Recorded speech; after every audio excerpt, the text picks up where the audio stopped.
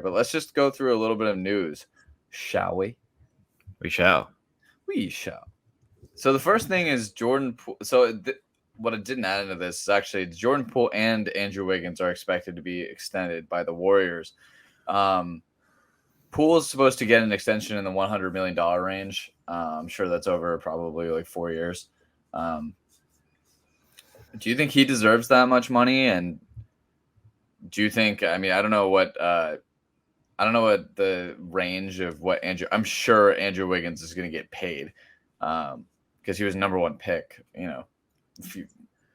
What? Actually, that was a while ago. Now that I think about it, that was the same year as Embiid, right? I believe so. I'm not sure.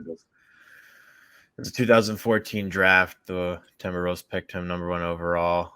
Jabari Parker went 2, and then I don't know if that's the same draft as Embiid. Yeah. Well, if you remember, actually, the Warriors were involved in a trade discussion then with Klay Thompson and Andrew Wiggins. It's a really long time ago, and it is Embiid on 3. Yeah, okay. And that one ultimately fell through, but he ends up a Warrior anyway and a future champion. So what do you make of like the extensions of both Jordan Poole and Andrew Wiggins for a team that's, I mean, it's like their team is really interestingly constructed where half of them are kind of on the back end of the career, and then they got guys like Kuminga, who is a rising star. Poole, Wiggins is still, kind of fairly young. What do you think? It's interesting the turnaround, and this is kind of why like shows like First Take and some of the reporters just are so tough to watch sometimes, because the second a team starts doing bad, they start just like bashing on them and they lose hope, and they're talking about the end of their dynasty and how Steph will probably realistically be a Warrior for life. But I think they were talking at the time about how like Klay and Draymond could go elsewhere, break up the band, and then just come playoff time, Steph comes back healthy. Klay, like what a story he had, him coming back from his injuries and how he was able to stay healthy throughout the season. They turned it around and they were unstoppable in the playoffs. Mm-hmm. So that big three will realistically be in a Golden State uniform for their entire careers.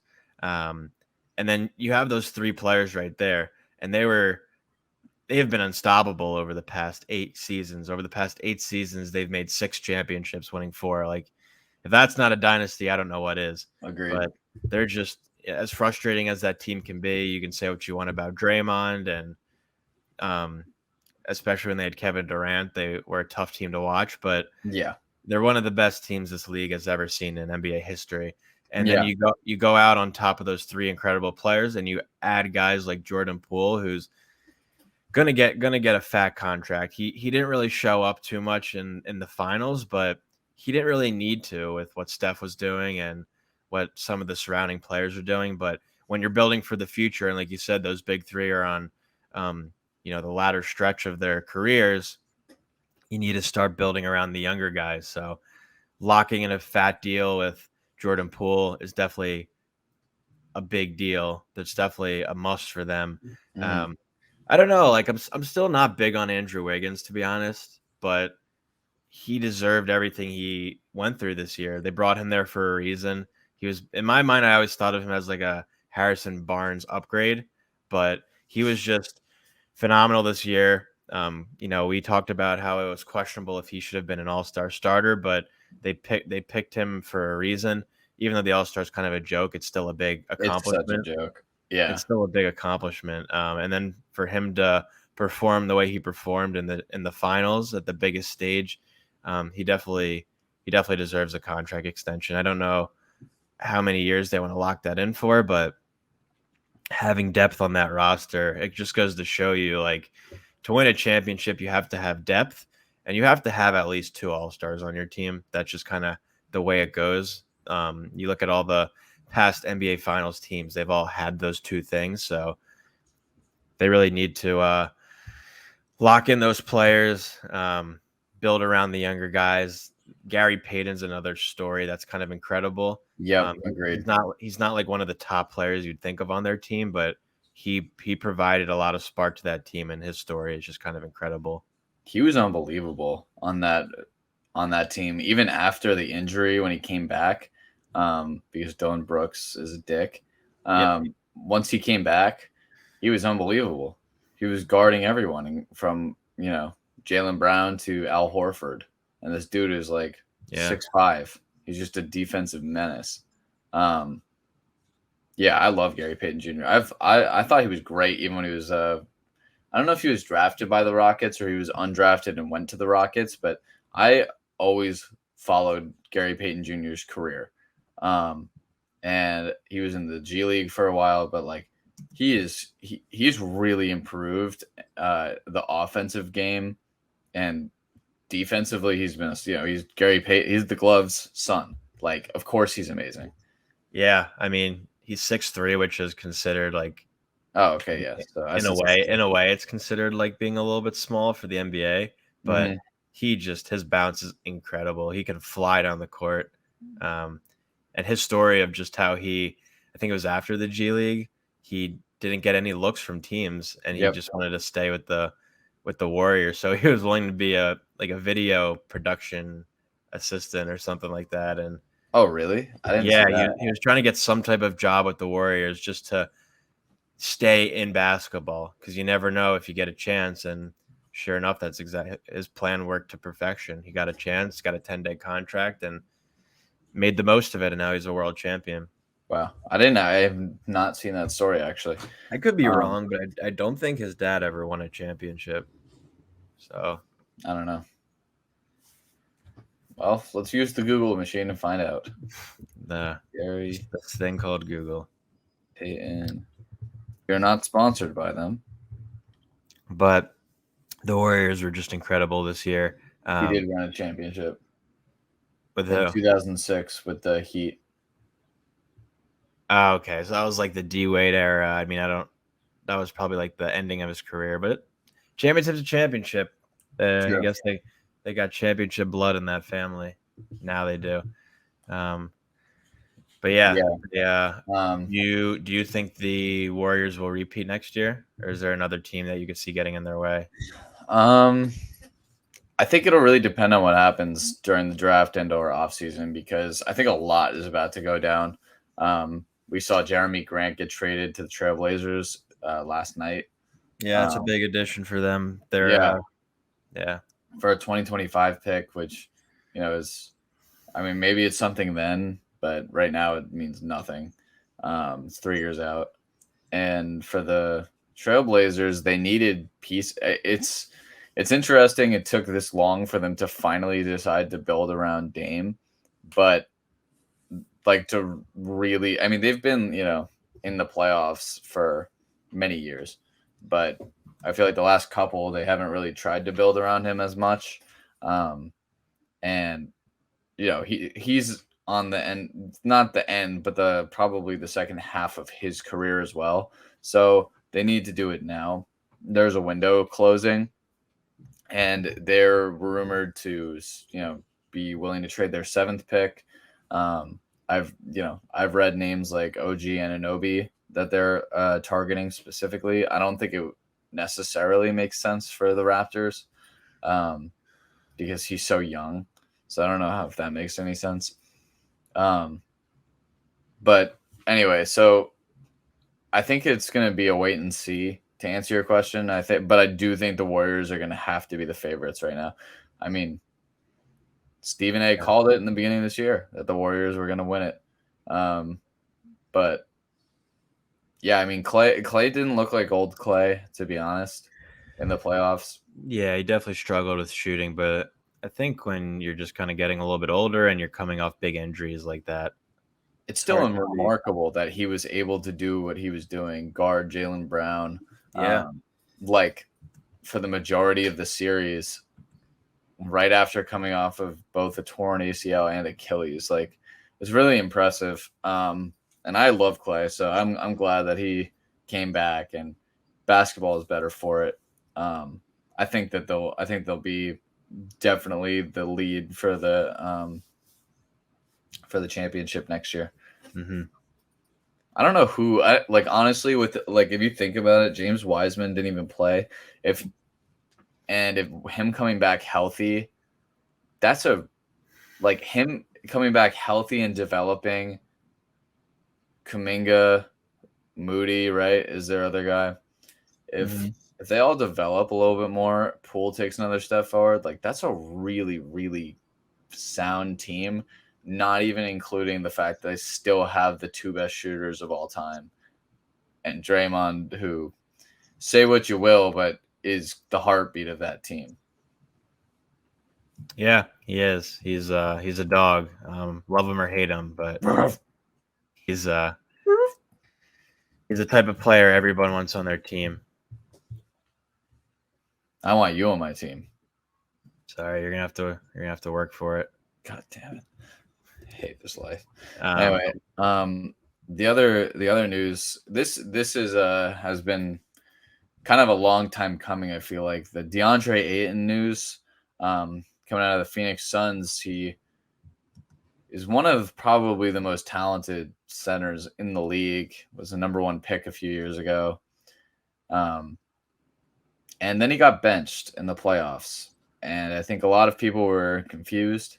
And Monty Williams was just like, it's a, what did he say?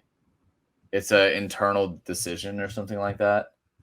Just don't like. I get he didn't do anything in the playoffs, but like I don't get why they get rid of him. He's one of the big pieces for their success. He said,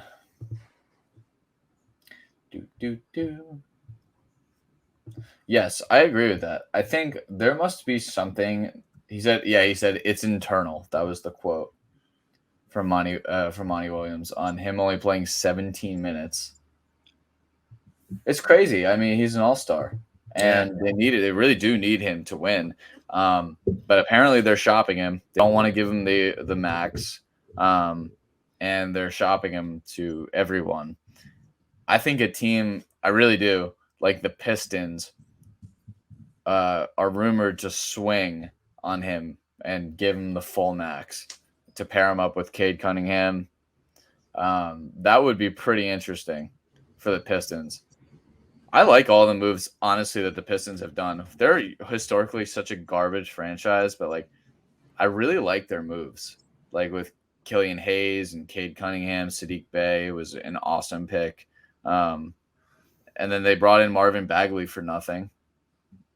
And he's been, he's solid. He was a top 4 pick. Also, I don't think DeAndre Ayton ever made the All-Star game, but he's definitely been like in consideration. He's definitely a top center in the league. And I just like, at least for the Suns, like they shouldn't have lost to the Mavericks. And and I think you and I had this talk, like the Warriors were red hot and they beat the Mavs 3-1, but I still believe the Suns would have given the Warriors a better series. Totally. I agree. CP3 is getting old. He might just be cursed that he isn't going to win a championship. One of the best guards in the league to probably never win a championship ring. Allen Iverson's definitely up there. John Stockton's definitely up there. But he is getting older. But Devin Booker is the face of the league, in my opinion. Come the next 5 years or so, when the big names like LeBron and Steph start retiring, the younger generation starts stepping up. But if they're gonna try to get back to the finals, I just don't think getting rid of Ayton is the answer. We're just gonna have to wait and see how it plays out. But I don't know why there's so much talk about him going to the Pistons. I get they're like a young rebuilding team, but I don't get why he would want to go there. The money, obviously, it's a money reasoning. Yeah, but I think the Suns should give him at least one more year, give it one more go. Something must have happened inside that locker room, or maybe just like the organization, that they are like off of him. But yeah, we'll have to see. I mean, there's definitely a lot of teams that can make a play at him. Yeah, there are a lot of teams that could use a center. Yeah, and they'll have to do a sign and trade. I cannot imagine the Suns are going to let him go for nothing. Yeah. I don't think they'll let it happen. I think they'd rather sign him for a year, match whatever it is, and whatever, do what they have to do to make sure that they get something back for it. There, a couple other trade rumors just to really quickly bring up, or these also kind of just this one surfaced out of nowhere. DeJounte Murray, that one came out of nowhere yesterday. Mm. It's kind of hard to sift through what is real and what's fake. He even, tweeted some eye emojis, which, whatever the hell that means. And supposedly the Spurs and Hawks were very close to doing a blockbuster trade with John Collins, centered around DeJounte Murray, who supposedly the Spurs will need a Drew Holiday-like package, is the words they used, or the reports used. Do you think something like that would make sense for the Hawks? It's kind of interesting that they want a second guard, like, who can also bring up the ball, because DeJounte Murray is a very, very good player. Yeah, I really like DeJounte Murray. Always have, even when he came out, and I think he was number 30 or something like that. That when the Spurs took him. Like, what kind of team do you think makes sense to like take they would have to really go all in. I'm sure the Knicks will do something stupid, and probably apparently sign Jalen Brunson or not solve our point guard issues at all. Anyway, yeah, I mean, DeJounte Murray can hoop. He was arguably the best scorer on the Spurs team this past year, especially a team that's rebuilding. I don't really know why they would get rid of him, but if you're looking to get rid of your best player to rebuild and get a big package out of it, I guess it's worth it. But to go to a team that needs another scorer makes sense, and the Hawks, who got blasted in the first round this year, they do need somebody other than Trae Young to step up. John Collins is a great player, but he's had issues with staying healthy. He's not like an elite. He's not a big scorer on their team. They have like sporadic guys like Bogdanovich, Gallinari, who score the ball, but my boy, shout out DeAndre Hunter. But they need another scorer on that team. So I think if you put a guy like DeJounte Murray on that team, it makes sense to provide some spark, to provide some depth, so you can get that ball out of Trae Young's hands, because he was even shut down this year by the Heat. Like he showed that like he's either pouring on 40 points a game or he's giving you 10, and you can't get 10 points out of your best player come playoff time. So I think if you add a guy like DeJounte Murray, it's going to take some stress off of him. Trae Young definitely needs some help on that down in Atlanta. That's for sure. Agreed.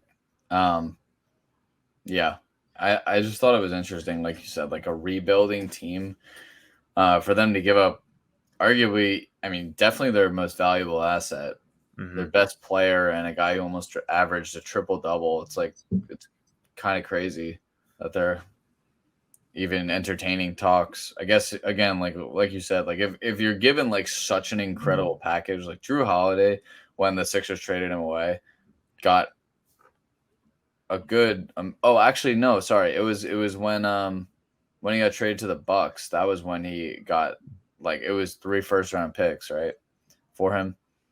It was a big if I remember correctly. Who was the one who traded for him? It was the Pelicans traded him to the Bucks. Yeah, he went to the Pelicans from Philly. Yeah, I know it was 3 first-round picks. I remember that because there was some other guy who got traded that was like, was 2 first-round picks, and I could not understand how he was worth it. I forget. Anyway, regardless, so John Collins is supposedly absolutely on the move. Also interesting because they just paid him. So, yeah. And you want to get into the last piece of news? Because I know he's your favorite player. He is just not my favorite player, but yeah, obviously the big news trying the league is just Kyrie and what his deal is. I mean, the Nets are just falling apart. That whole thing is just hilarious to me. Just how awesome. They were going from being a championship contending team, being the favorites last year, to just losing Harden, now probably losing Kyrie. his whole nonsense of, not getting vaccinated, to finally being able to play in Brooklyn in the playoffs, and they get swept by the Celtics. They didn't put up any type of fight. They just go out and they get all these players from the Sixers trade. They get Curry, who's probably going to be packaged into that trade deal with Kyrie. Ben Simmons, who's probably going to stay there, but I've even seen some rumors about like him going elsewhere, and that would just be funny for that whole trade, because obviously you and I talked about it, how the Nets fleeced us on that trade, Totally. but it might not even end up working out for them in the ending. Losing Harden, losing Kyrie potentially. Kevin Durant's probably not going to want to stay there if that team falls apart. So it's just going to be interesting to see where Kyrie ends up, because it's just a shame when you look at a player who has so much talent and can make you a championship contending team, but when he provides so many problems, you just don't want that in your locker room. But I think his best option, honestly, is seeing him team back up with LeBron. I don't even know if LeBron wants to play with him, but having him go to LA to replace Russ would make sense. I think Russ's years are kind of behind him, so it'd probably be some type of 3-team trade that would happen. It would I think it would have to be. I know you want him going to the Knicks, but the Knicks are in need of a point guard, so it makes sense for them. The Lakers need a point guard, makes sense for them. So they talked about the Clippers, which honestly that would low key be filthy if they had Kyrie, Paul George, and Kawhi on that team. That's a championship contending team right there. If they went and made that move, so they're two of those three options make sense if Kyrie were to be wheeled and dealed. I truthfully believe that Kyrie is just using it as a leverage play to get an extension, since Brooklyn doesn't want to give him a big money extension, considering he doesn't play because he's apparently a martyr for getting unvaccinated. What a dickhead. If you're gonna give a player of his caliber a lot of money, you want to know he's going to show up for you, and that's the risk. That's the risk teams are going to have to take, and I don't think they want to take it. But speaking of, this is a quick side note. I just saw this. John Wall, after opting into his $2 million contract, if he doesn't play this year either, he will have played like 40 games in the past 4 years, making around $130 million. That's hilarious. He has fleeced the NBA. Anyway, so Kyrie, I think, is the most frustrating player because everything he says makes you want to hit him, but the way that he plays is like he's easily a top 10 player in the NBA. Anytime he steps on the court, maybe top 5 point guard. Easy. I think we need to get Kyrie on this show so you can tell him how you really feel. I hate him. I honestly hate him. Like I will root for him if he ends up becoming a Knick somehow, but I hate him. You have to. It's like I strongly dislike Draymond, but if he became a Sixer, I'd root for him. Right. And the thing is, like, Kyrie's so goddamn electric. Like, you don't see a guy who has handles like that. He almost shot 50, 40, 90 this year in the games he did play. Like, that's his talent. He is that good. He's just such a dick. And he doesn't deserve the long-term guarantee because you can't trust him. He's just a detriment to your team and your locker room.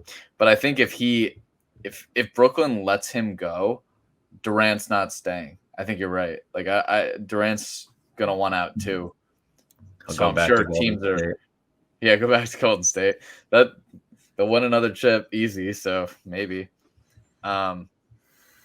Anyway, so I don't know how the financials would look. I think it would have to be a 3-team trade. I don't know how the Lakers or Clippers could take on that kind of money. I'm sure there's teams out there, kind of like Antonio Brown in a way, where they just say like, you know what, screw it.